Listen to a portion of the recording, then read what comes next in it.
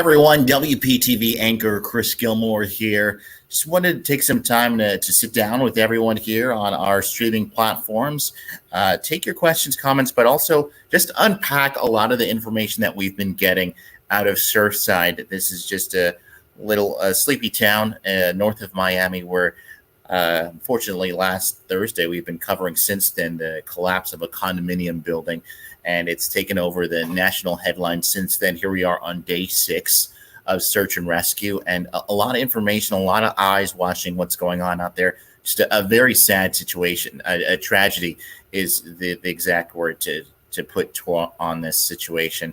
We've been getting multiple press conferences every day. One just ended a few minutes ago. I've been taking lots of notes on all these, sitting at the anchor desk as they're going on. I just wanted to give you some of the updates. The biggest one overnight, the names of 4 of those who were found in the rubble were released, and 11 is now the new total for those that passed away. We have the names scrolling on the bottom of those individuals who unfortunately passed away in this partial collapse. If you have any questions as well, guys, feel free to ask them in the comments section. I'll answer them to the best of my ability. But right now, still in search and rescue mode down there.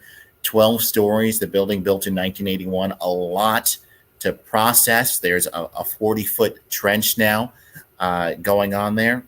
Hey, Bobby, thanks for joining us.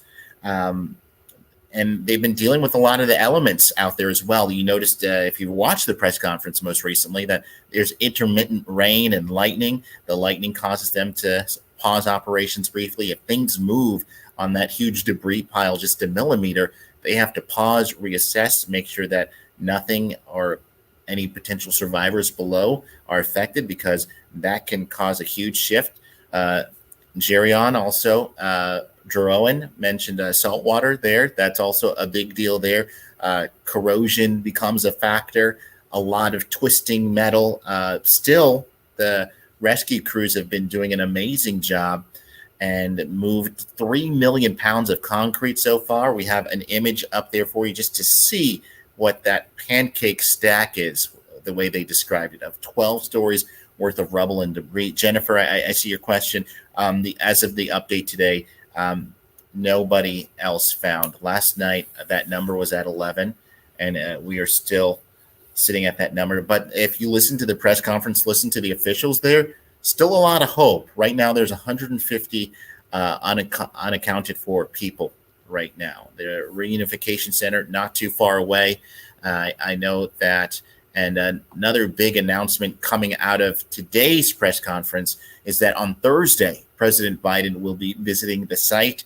A lot of national attention now, federal resources being funneled down to Surfside, of which the local leaders there are appreciative. But they also mentioned today that they have enough in terms of boots on the ground. More than 200 people, 210 people are right now sifting through that rubble pile in 12-hour shifts. Jennifer, to answer your question, no one found today.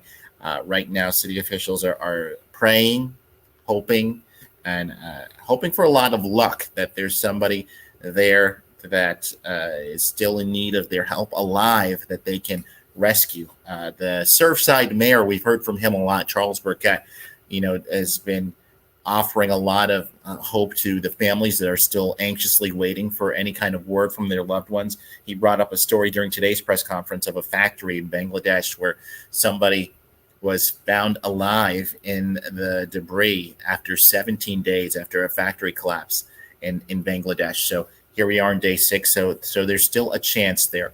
A lot of people focusing on where to go after the search and rescue, and a lot of the officials saying, hey, search and rescue first, then we can deal with, the fallout. But still, the wheels of the legal system are churning. I know that 3 lawsuits so far have been filed against the Champlain Tower South. That's the condo building there. Good question from Tina about the change from search and rescue to recovery. Right now, it's search and rescue as long as there's still hope that there's somebody alive down there, which it still is, according to the officials we heard from today. Governor DeSantis started out the press conference saying, I wrote this down, you're missing until you're found. We don't stop the search. And that's something that he, bought into his personal creed from his time in the military. So he definitely treating the search very gingerly and as if there are people in that rubble that are still alive. And at the same time, trying to honor those names and lives that we have scrolling at the bottom of your screen, those 11 who unfortunately died in that collapse. There's still some promising news out of this. The Miami-Dade fire rescue wanted people to remember, hey, there were 37 people who were rescued from this rubble. So as daunting as it may look, seeing the images coming out of there, there's still a chance there. There's air pockets. They have all kinds of resources we've learned throughout this week. Sonar, dogs, those search and rescue teams, the heavy machinery that they're just peeling back those layers, listening for any chance that there might be somebody tapping or any kind of sounds. Obviously, there's a lot of sounds going on in that pile of twisting metal and crumbling concrete. But these people are dedicated, working around the clock, as I mentioned, 12-hour shifts, working so hard because they believe that there's a chance to get somebody out of there alive, but also they want to pay the respect that's deserved to those families who have been anxiously waiting since last Thursday to hear from their loved ones. So we will be seeing President Biden in Surfside on Thursday. We'll have continuing coverage over there. We still here at WPTV have crews on the ground there as we speak, working to get to the bottom of what exactly is going on. We've seen a lot of updates in terms of surrounding municipalities changing their procedures as a result of all this. Miami-Dade County last night declaring a state of emergency. They've been assisting the crews there on the ground since day one. They've also adopted an audit policy since this collapse. They are taking a look at all buildings 40 years or older and doing a very thorough audit. And since then, we announced or heard during the most recent press conference from Mayor Danielle Levine Cava that 4 balconies have been blocked off from the public in Northeast Dade while safety issues are addressed. They've been vacated while those things are taken care of. So people are taking this very seriously. We've heard from a lot of local leaders down in Miami-Dade, Commissioner Keon McGee, as well as Mayor Daniela Levine Cava, in contact with State Attorney Catherine Fernandez Rundle about, bringing in a grand jury to look into what's going on. So those discussions are happening, potentially impaneling a grand jury to look into what caused this. Was there any potential negligence or criminal wrongdoing? There's a look into all the past audits and minutes within the town of Surfside about, has this been brought up or addressed before? You've heard that discussed in our newscast. So a lot of questions and rightful questions as to, how something like this could have happened. We've heard the words or terms freak accident used. This baffles everyone. Nothing like this has ever happened in that area. And a lot of questions and a lot of thorough investigations to come out of this. I remember during yesterday's press conference, the National Institute of Standards and Technology was talked about being brought in. The Army Corps of Engineers is going to be looking at this, forensically reviewing all the debris that they're taking off this pile, as they're also, trying to find the people who are underneath it. So a lot of lessons to be learned out of this. And if you guys have any questions too, feel free to ask. I've been listening to these press conferences every day, so I've been watching as you have, but with a different lens. Obviously, taking a lot of notes here, as I showed you earlier, as to what's going on. I've been talking to the reporters that have been down there. We've had our anchor Michael Williams field anchoring there pretty regularly. I know Shannon Cake has been following it. Jay Cashmere been down there. Cameron Eppinger there every morning. We have Ryan Hughes down there right now. So if I can't answer any questions, we can definitely forward your questions to them.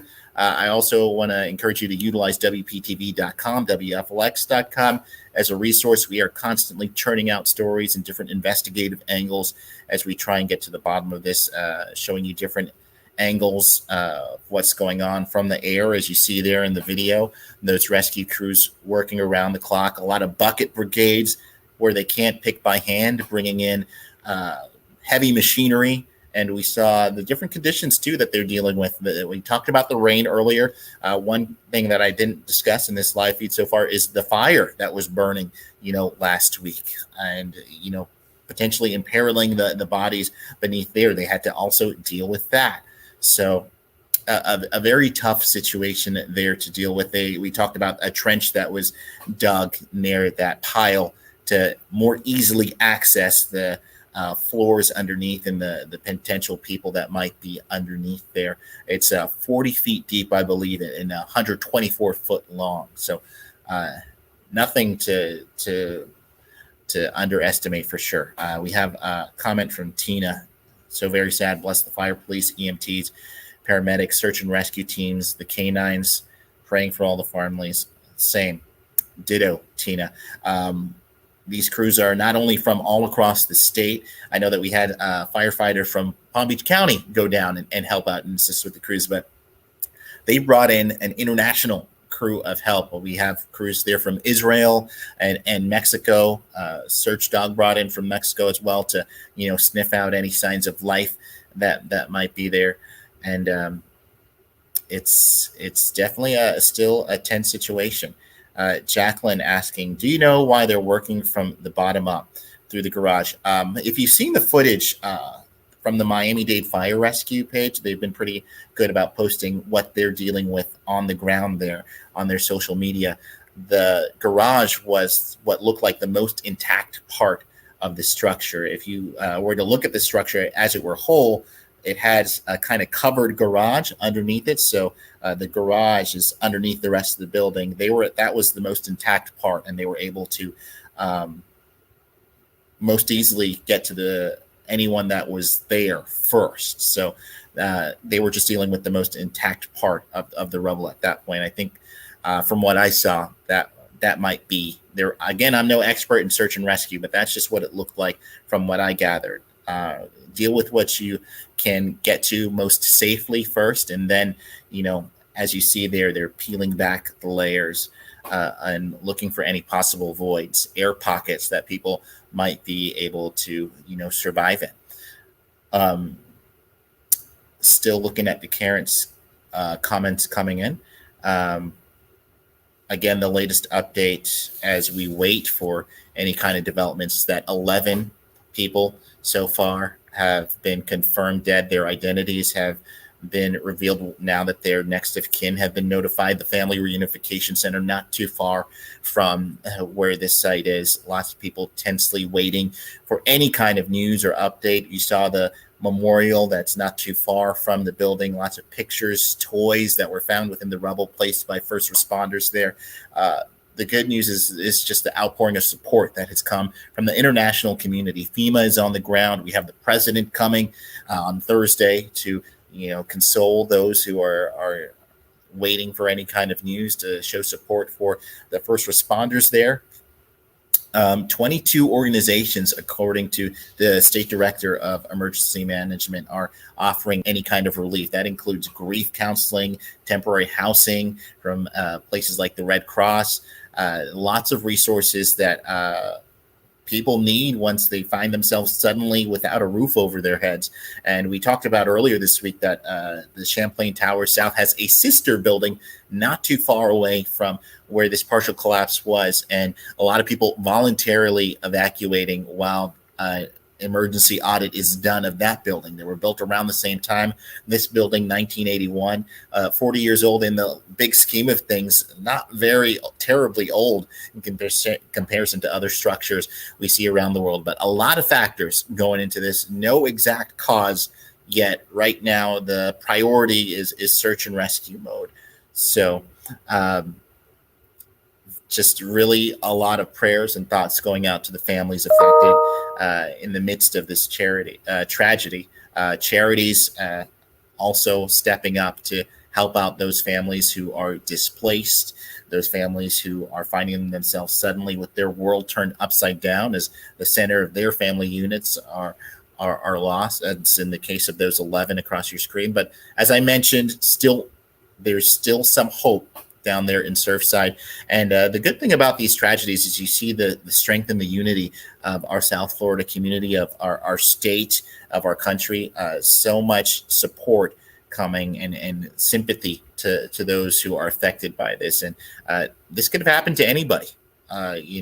We saw members of the South American community, obviously a large presence there in that particular building in South Florida, and far-reaching for sure. So that's the quick recap, the nuts and bolts. We're going to continue to follow this. Obviously, there's some updates that we are going to be getting even today. So stay with WPTV for any kind of more press conferences that may come out of this. Obviously, we're looking into investigative angles as to, what may have led up to this, or what signs there may have been.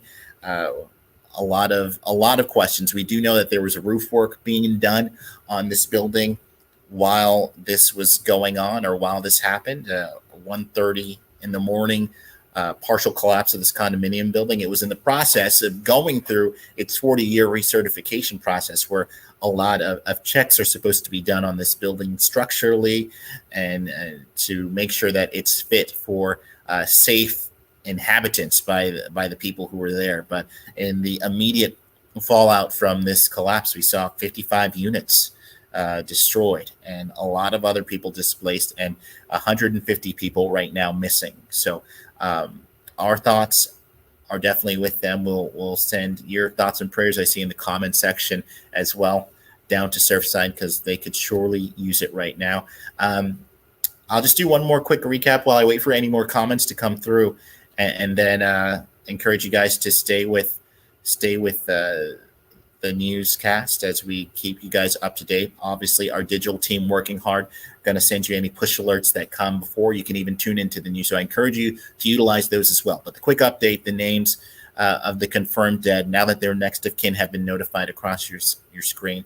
Important that we definitely honor them, as these are people who we rub shoulders with on a day-to-day basis. Could be anyone, all age ranges there, grandmothers, fathers, brothers, uncles, sons, aunts. It runs the gamut. I see Leon Alakowicz there, 80 years old. Just an unfortunate loss. And then somebody as young as 26 scrolling across the screen there. They are just the beginning of this very long story. 150 more people unaccounted for, lots more people displaced, lots of investigations to be done. The grand jury, there's talks about bringing that into this, in terms of investigating and bringing in some kind of decision or legislation to make sure that something like this never happens again. Investigating any potential signs or causes, and if it be the case, any wrongdoing here. So you can stick with WPTV. Thank you guys for tuning in. Again, also, as Sharon there mentioned, lots of families watching. Our thoughts with them. We want to maintain as much integrity as we can, as we, stand with these families and send our sympathies, and also, just our support and prayers to those who are in Surfside and around the community, because this has a ripple effect around the globe. So we definitely send our thoughts with them on behalf of our South Florida community and WPTV and WFLX. Just stay with us for any updates, and can continue to send your thoughts and prayers. Those are important. Thank you guys so much for joining us. And again, don't stay too far from your app or streaming devices, as we are going to be bringing you continual updates on the story as it continues to develop. So thank you so much.